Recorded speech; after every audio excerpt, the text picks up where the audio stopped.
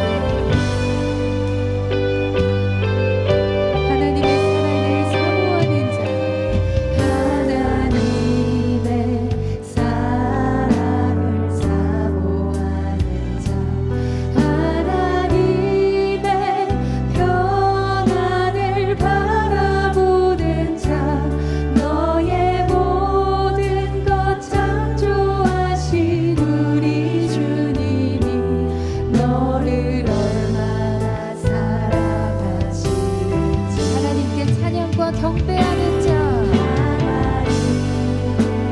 찬양과 경배하는 자 하나님의 선하심을 닮아가는 자 너의 모든 것 창조하신 우리 주님이 너를 자여 하나님 사랑의 눈으로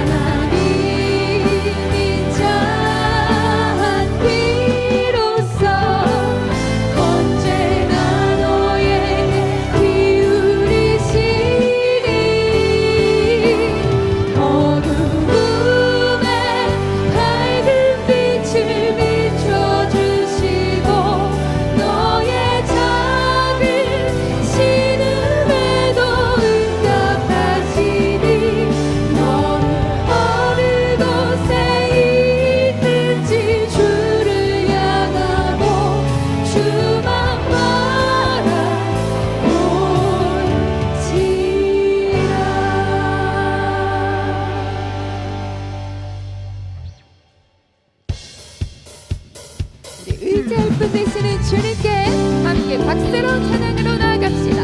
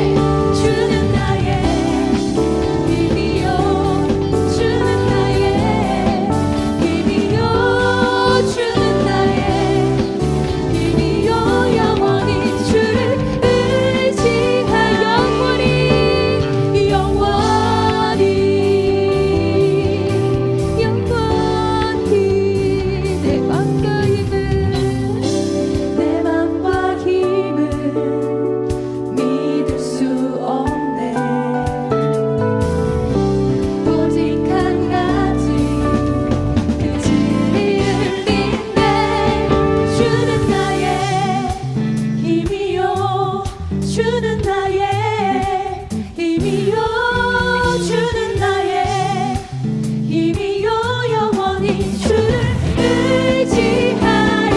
주님은 힘이요 주는 나의 힘이요 주는 나의 힘이요 영원히 주를 의지. 주님은 나의 주는 나의 힘이요 주는 나의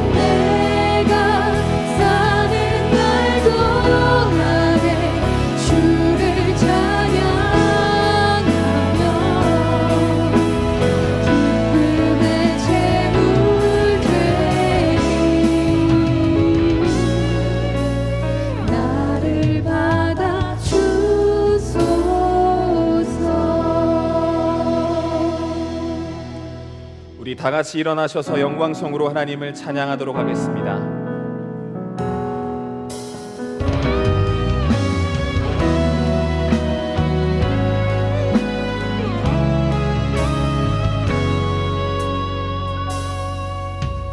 지금은 비록 땅을 못하며 살지라도 내 영혼 저 하늘을 디디며 사네. 내 주님 계신 눈물 없는 곳 저 하늘에 숨겨둔 내 소망인데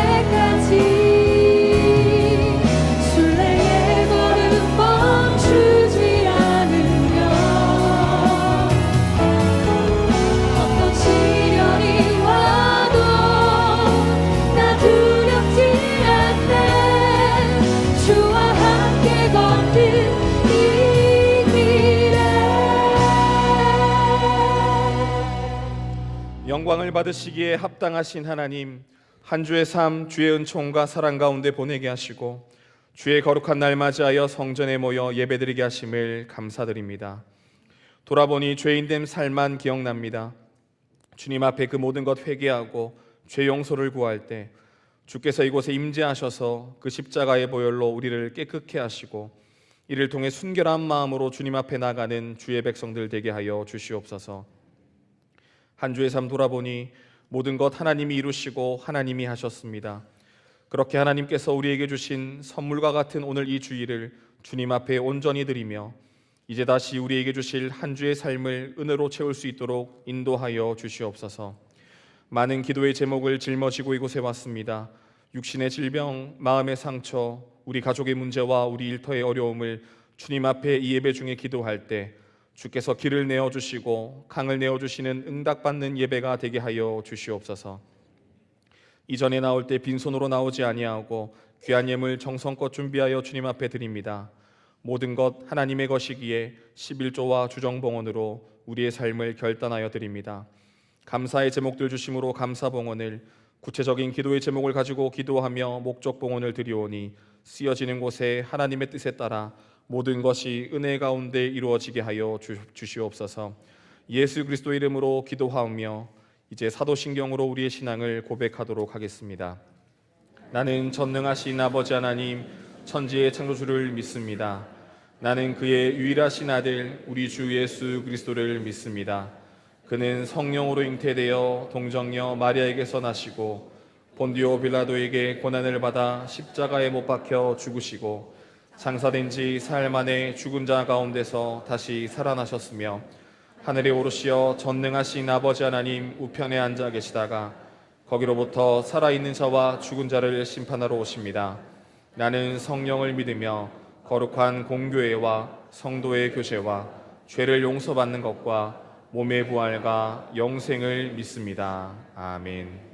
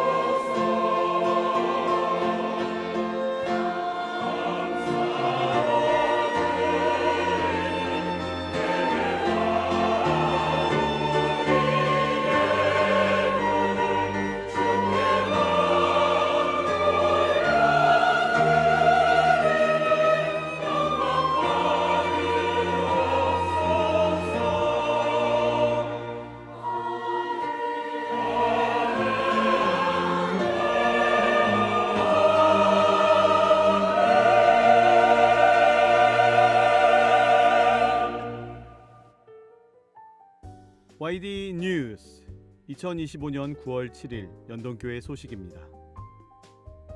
오늘은 총회가 정한 총회주일입니다. 1, 2, 3부 예배 시 김한 목사께서 설교하십니다. 오늘 오후 예배는 인도네시아 단기 선교 보고 예배로 드립니다. 이번 주 수요일 수요 기도회 시 이단 예방과 대처를 위한 세미나로 드립니다. 강사로 대전 도안교회 양영주 목사께서 섬겨주십니다. 다음 주 1, 2, 3부 예배 시 영광교회 원로 목사이신 이군식 목사께서 설교하십니다. 청소년 주일학교 소식입니다. 생후 18개월에서 36개월 유아 엄마, 아빠가 함께 참여하는 연동 숲속 아기학교가 이번 주 토요일부터 5주 과정을 시작합니다.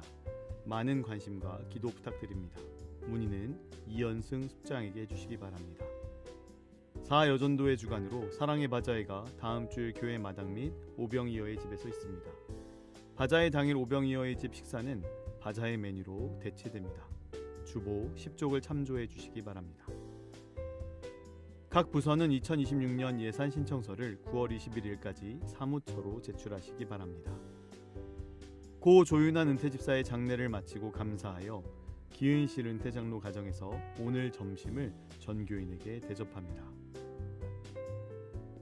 오늘도 은혜로운 주일 되시기 바랍니다. YD 뉴스. 슬픔 당한 가정이 있습니다. 박은호 공로권사님의 모친 되시고 김상대 공로안수 집사님의 장모 되시는 고 안숙경 권사님 별세하셔서 1일 서울 현충원에 모셨습니다. 현재 진행 중인 장례가 있어 안내드립니다. 고 장덕환 성도님께서 6일 토요일에 별세하셨습니다. 유진순 성도님의 부군 되시고 장원 성도님의 부친 되십니다. 입관 예식이 오늘 오후 6시에 있습니다. 교회 출발은 오후 5시 10분입니다. 발인 예식은 9월 8일 내일 오전 9시에 있습니다. 교회 출발은 오전 8시 20분입니다. 빈소는 은평 성모병원 장례식장입니다. 장지는 양주 신세계 공원 묘지입니다. 슬픔 당한 가정을 위해서 위로해 주시기 바랍니다. 오늘 우리 교회 처음 오신 분이 있으시면 손을 들어 표해 주시기 바랍니다.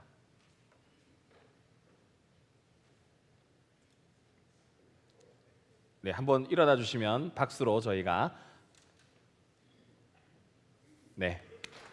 환영합니다. 예배를 마친 후에 새가족부의 안내를 받으시기 바랍니다. 좌우에 앞뒤 계신 분들과 인사하겠습니다. 은혜로운 시간 되시기 바랍니다.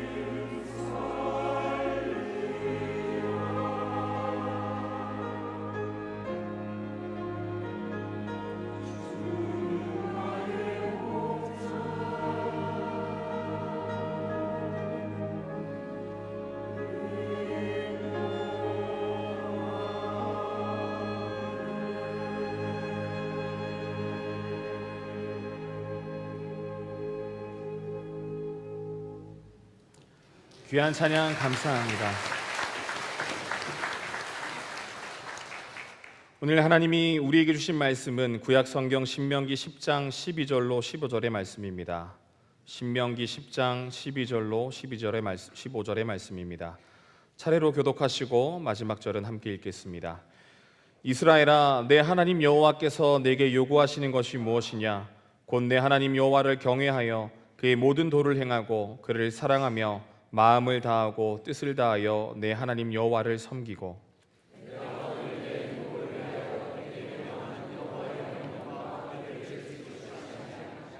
하늘과 모든 하늘의 하늘과 땅과 그 위의 만물은 본래 내 하나님 여호와께 속한 것이로되 여호와께서 오직 내 조상들을 기뻐하시고 그들을 사랑하사 그들의 후손인 너희를 만민 중에 택하셨음이 오늘과 같으니라. 이는 하나님의 말씀입니다. 아멘.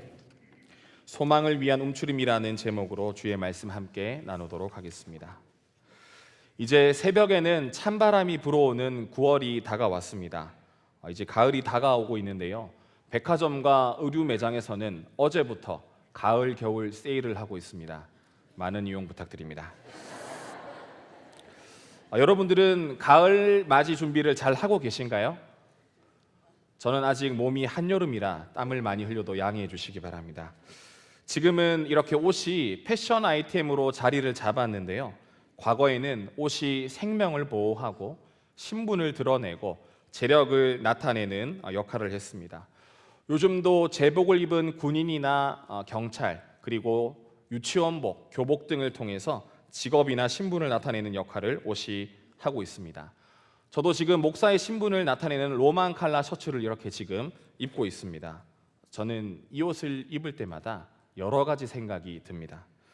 교회 앞 홍익 셔츠라는 곳에서 맞춰 입는데요. 한 벌에 34,000원입니다. 네. 43,000원입니다. 죄송합니다.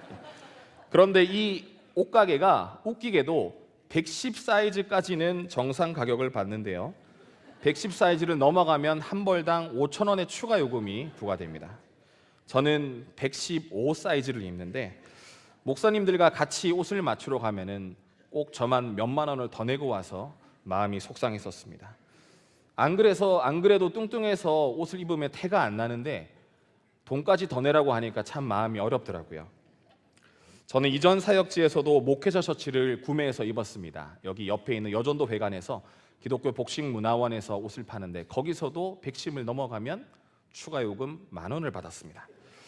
그래서 제가 7벌 정도 맞추면 옷 한 벌 값이 더 나와서 마음이 참 어려웠습니다. 이렇게 복잡한 심경을 가지고 입게 된 셔츠이지만 제가 이 처음 목회자 셔츠를 입게 되었을 때는 정말 너무나 기분이 좋았습니다. 마치 유치원복을 처음 입어본 어린아이처럼 이 옷을 입고 얼마나 기분 좋아했는지 모릅니다. 왜냐하면 제가 목사고시를 정말 은혜 가운데 통과했기 때문입니다. 어릴 때부터 목사가 꿈이었는데 오랜 전도사 생활을 끝내고 목회자 셔츠를 입었을 때 정말 기분이 좋았습니다. 심지어 입을 필요가 없는 평일에도 굳이 입고 싶어지더라고요.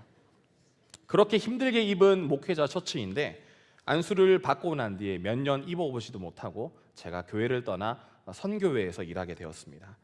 교회를 나오고 나니까 목회자 셔츠를 입을 일이 정말로 없더라고요. 나도 이제 목사다 하면서 목에 힘주고 다니고 싶은데 기회가 없었습니다. 한 번은 너무 입고 싶은 나머지 제가 평일에 옷이 덜 말랐다는 핑계를 대고 입고 갔더니 대표 목사님께서 나도 안 입는데 네가 왜 입고 왔냐 이런 표정을 지으셔서 그 다음부터는 입고 가지 않았습니다. 그리고 이제 안수를 받고 나도 목사다 이런 마음이 커질 때쯤에 선교회에 가서 사무실 청소도 하고 화장실 휴지통도 비우고 분리수거도 하고 전등도 갈고 오만 일을 다 하다 보면서 이제 조금 겸손하게 되었습니다. 한 번은 사무실에 비가 새서 책장에 물이 젖었는데 책을 다 드러내고 1시간 동안 웅크려서 물을 닦아낸 적이 있습니다. 그렇게 열심히 닦다 보니까 지금 내가 뭐 하고 있는 거지 이런 생각이 들었습니다. 그때 함께 바닥을 기고 있던 목사님이 또 한 분 계셨는데 그분은 나이가 좀 있으신 목사님이었습니다. 그분이 저에게 김 목사님은 산전수전 다 겪어서 나중에 목회 잘할 거라고 위로를 해주시더라고요. 그 말을 듣고 집에 가서 곰곰이 생각을 해봤습니다. 목사가 섬기는 사람인데 제가 큰 교회, 좋은 교회에 있다 보니까 제가 큰 사람이 된 줄 알고 착각을 하고 있더라고요. 멋있는 일, 강단에서 사람들에게 주목받는 일, 폼나는 일만 하고 싶어하는 제 모습을 발견하게 되었습니다. 그 후부터는 마음을 고쳐먹고 훈련받는다는 느낌으로 겸손하게 사역을 조금 받았습니다.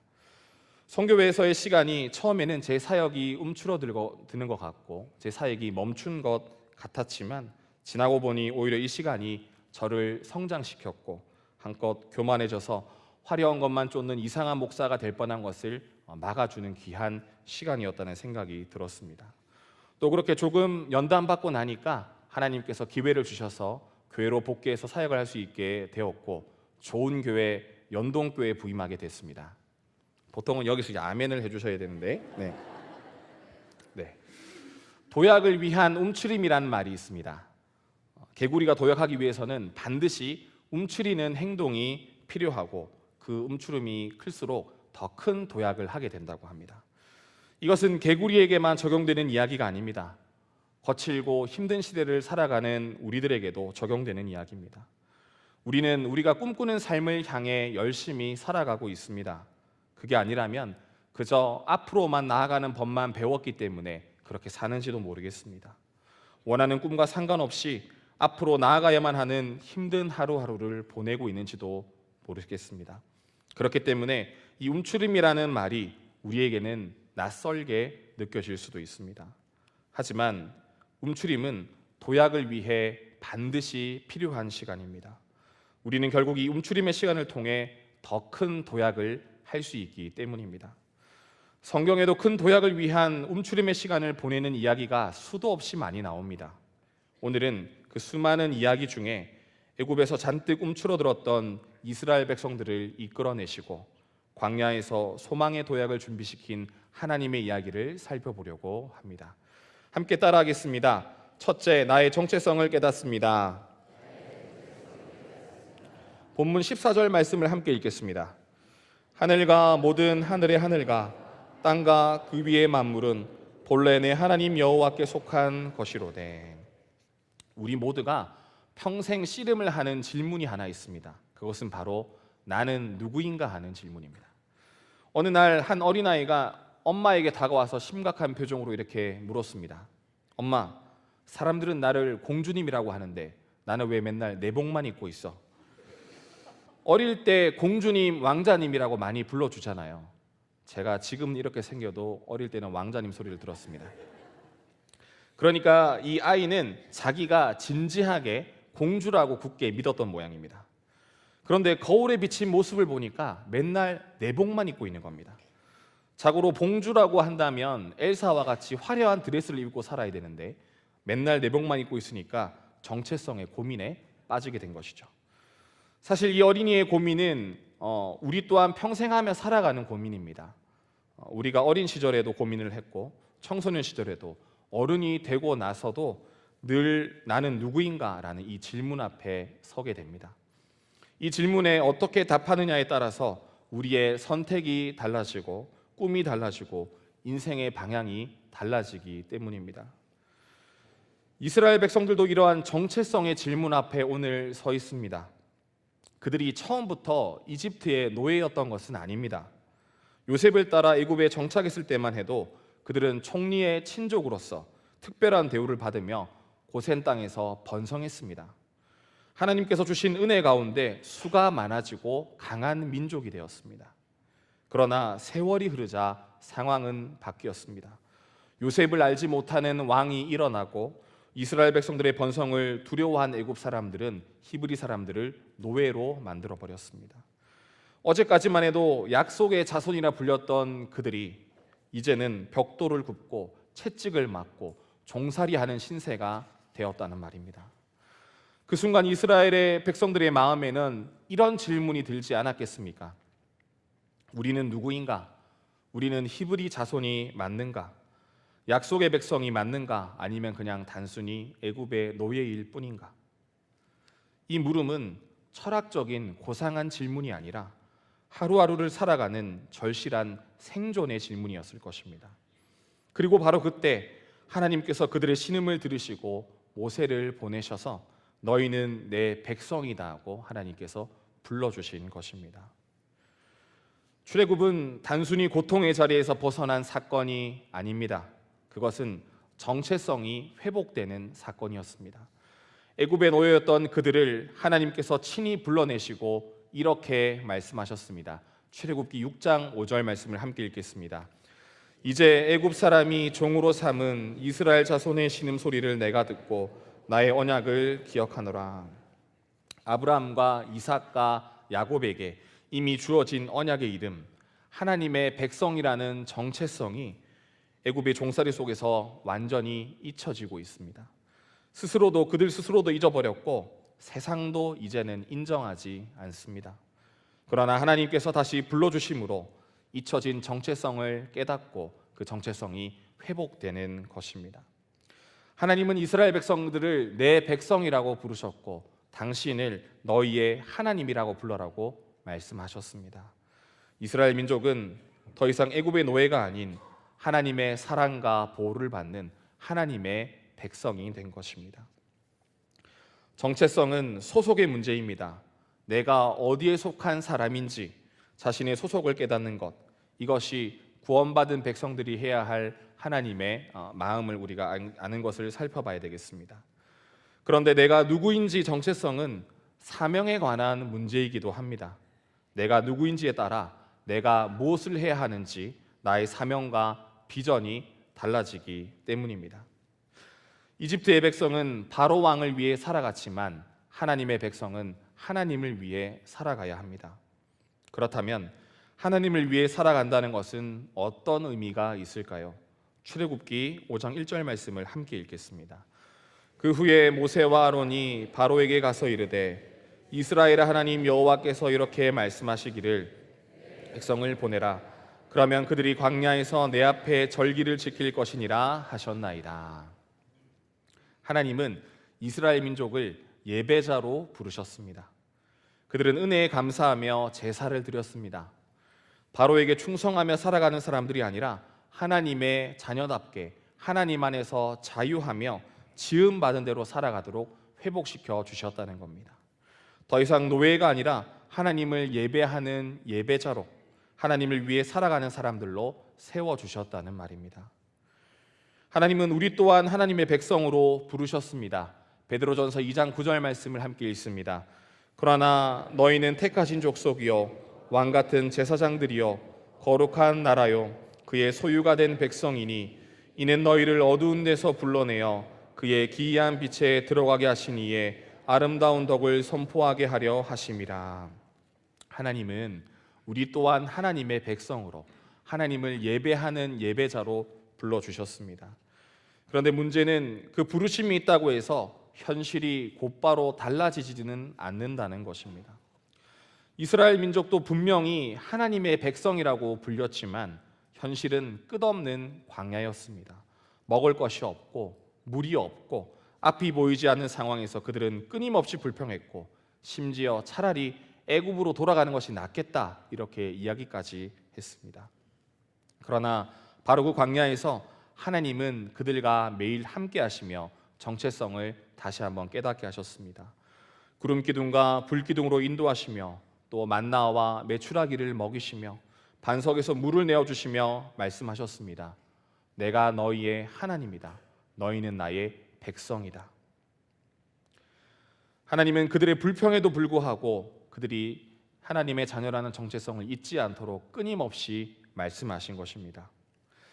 그래서 이집트에서의 생활과 광야에서의 40년은 방황의 시간이 아니라 노예의 흔적을 벗기고 하나님의 백성으로 살아가는 법을 배우는 훈련의 시간이었던 것입니다. 지금 우리의 삶도 다르지 않습니다. 끝이 보이지 않는 현실 앞에서 우리는 불안해하고 내일을 확신하지 못하고 우리 문제 앞에서 잔뜩 움츠러들게 되어 있습니다. 그러나 그럴 때 오늘 말씀을 기억하시기 바랍니다. 나는 하나님의 자녀다. 이스라엘 백성들을 훈련시키시고 광야를 통과하게 하신 하나님께서 나의 삶도 구원시키시고 훈련시키시고 선한 길로 인도하실 것이다. 이 말씀을 기억하시기 바랍니다. 사랑하는 성도 여러분, 말씀을 기억하며 내 현실의 문제를 걱정하고 움츠러들며 사는 사람들이 아니라 하나님의 자녀라는 정체성을 붙들고 나를 통해 영광 받으실 하나님을 기대하며 도약을 준비하는 성도들이 되시기를 예수님의 이름으로 소망합니다. 함께 따라하겠습니다. 둘째, 살아갈 길을 배웁니다. 하나님께서 모세를 사용하셔서 이스라엘 백성들을 애굽에서 구원하셨지만 그 길은 곧바로 가나안으로 이어지지는 않았습니다. 홍해를 건넌 후 기다리고 있었던 것은 광야였습니다. 하나님께서 구름 기둥과 불 기둥으로 동행하시며 만나와 메추라기로 먹이시며 너희는 나만 의지해야 한다는 훈련을 시키셨다는 것입니다. 그리고 분명히 요구하신 한 가지가 있습니다. 본문 12절과 13절 말씀을 함께 읽겠습니다. 이스라엘아, 내 하나님 여호와께서 내게 요구하시는 것이 무엇이냐? 곧 내 하나님 여호와를 경외하여 그의 모든 도를 행하고 그를 사랑하며 마음을 다하고 뜻을 다하여 내 하나님 여호와를 섬기고 내가 오늘 내 행복을 위하여 내게 명하는 여호와의 명령과 규례를 지킬 것이 아니냐. 하나님이 한 가지를 요구하신다고 했는데 이 말씀을 읽다 보면 뭐야? 하나님께서 요구하시는 게 왜 이렇게 많아? 이렇게 생각이 드실 수도 있겠습니다. 그런데 이 말씀을 잘 살펴보면 결국 하나님께서 요구하시는 것은 한 가지로 연결됩니다. 바로 예배입니다. 400년 애굽 생활을 통해 각종 우상들을 숭배하고 있던 이스라엘 백성들에게 그들이 섬기던 모든 우상을 버리고 오직 하나님 한 분만을 섬기며 예배하는 것, 그것을 하나님이 요구하신 것입니다. 그것이 바로 하나님께서 광야 생활을 통해 요구하시는 한 가지 가르침이었다는 것입니다. 우리는 흔히 광야 40년을 금송아지 사건 때문에 하나님이 내리신 벌이나 심판이라고 생각하는 경우도 있습니다. 그러나 광야의 시간은 그것을 넘어서서 하나님의 사랑을 배우는 시간이었습니다. 만약 이 광야에서 오직 하나님만을 예배하고 하나님만을 의지해야 한다는 훈련 없이 곧바로 가나안에 들어갔다면 이스라엘이 어떻게 되었겠습니까? 풍요와 우상이 가득한 그 땅에서 이스라엘은 하나님을 의지하기는커녕 금세 우상에 빠져들고 또 무너지고 말았을 것입니다. 그리고 결국 강대한 족속들과의 전투에서 전멸당하고 말았을 것입니다. 그러므로 광야 40년은 출애굽한 이스라엘에게도 도약을 위한 움츠림의 시간이었습니다. 세상은 그들을 향해 광야에서 방황하는 실패한 민족이라고 조롱했지만 그 움츠림 속에서 이스라엘은 오직 하나님만을 신뢰해야 한다는 진리를 배우는 훈련의 시간이었다는 것입니다. 그리고 그 진리를 배우고 난 후에는 마침내 가나안 정복이라는 위대한 도약을 할 수 있었습니다. 하나님께서 우리에게 요구하시는 것도 마찬가지입니다. 하나님은 여전히 지금도 나를 경외하라, 나를 사랑하라, 나를 섬기라 말씀하시지만 연약한 우리는 늘 넘어지고 맙니다. 마음으로는 알지만 삶으로 지켜내지 못할 때가 참으로 많습니다.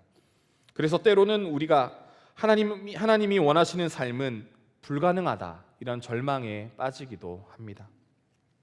그런 우리들을 위해서 하나님께서는 위로의 말씀을 주셨습니다. 잘 봐라, 내가 하는 거 보여줄게. 너희도 나를 따라하다 보면 충분히 할 수 있을 것이다.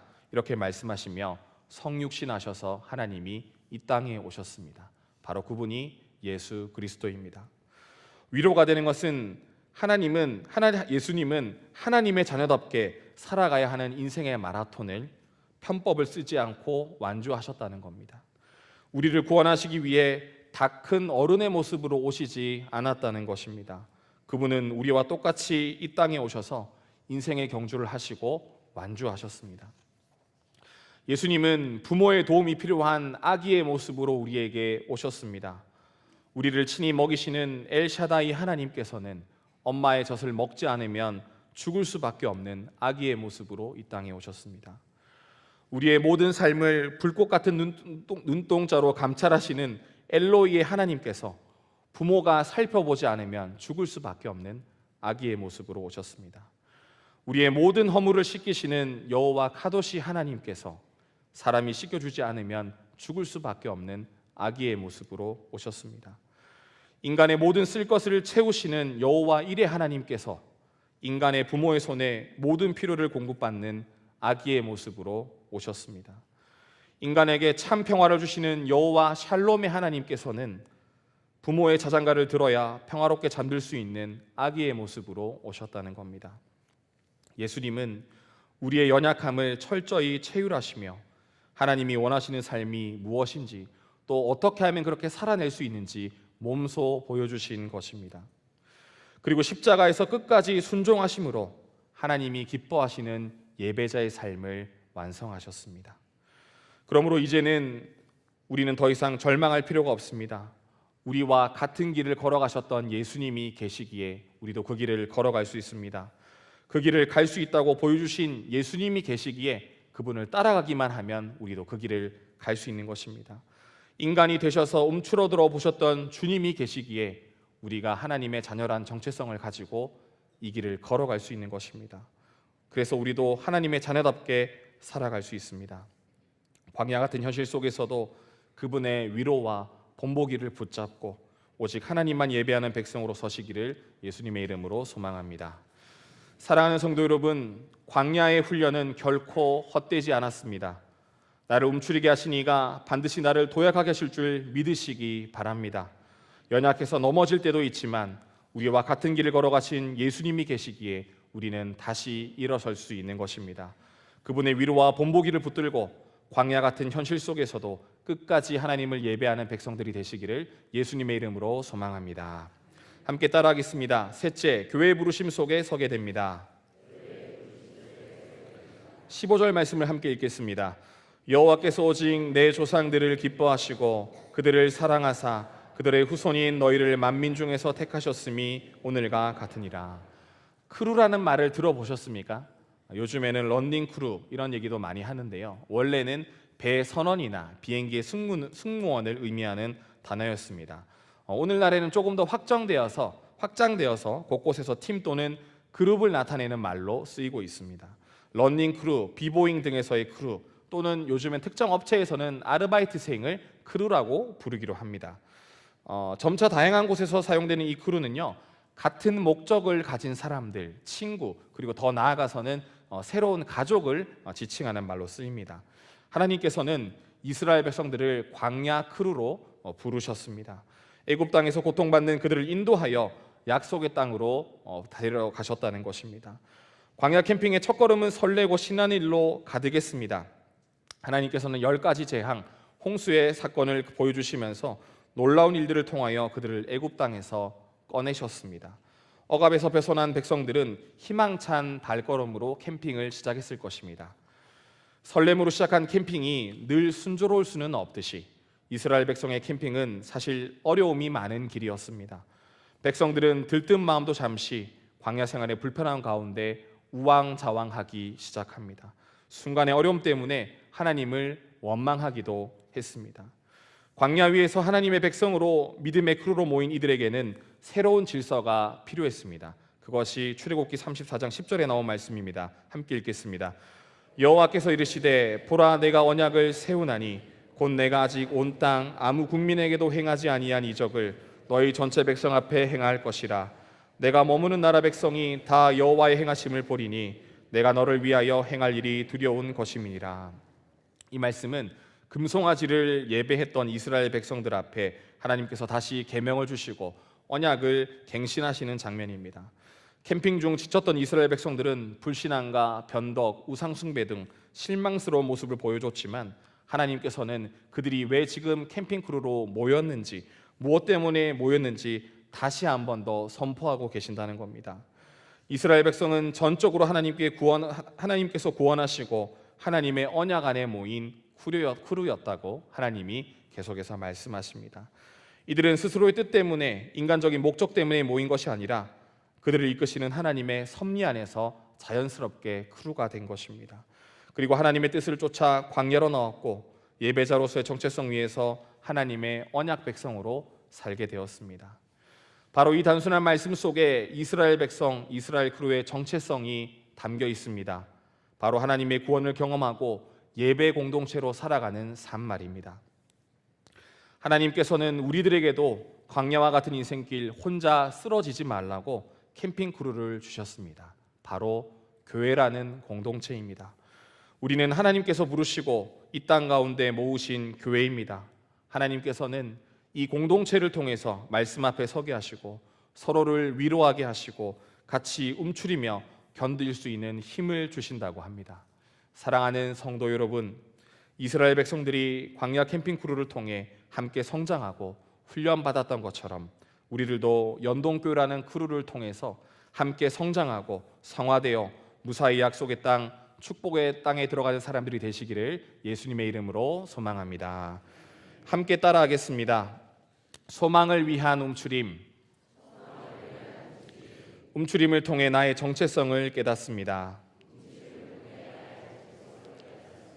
움츠림을 통해 살아갈 길을 배웁니다.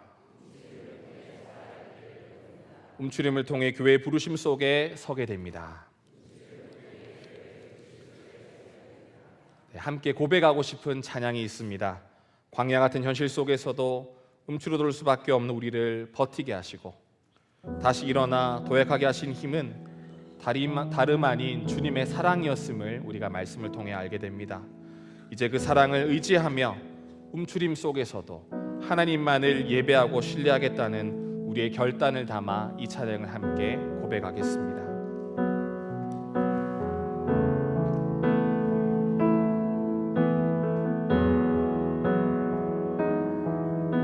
주님의 사랑이 주 사랑이 나를 숨쉬게 해 세상 그 어떤 어려움 속에도 주 은혜로 나를 돌보시며 세상 끝날까지 지켜주시 주님만이 내 아픔 아시며 주님만이 내 맘 어루만지네 어느 누구도 나를 향하신 주님의 사랑을 끊을 수 없네 주님만이 내 능력이시며 주님만이 나의 구원이시네 어느 누구도 나를 향하신 주님의 사랑을 끊을 수 없네 함께 기도하기 원합니다.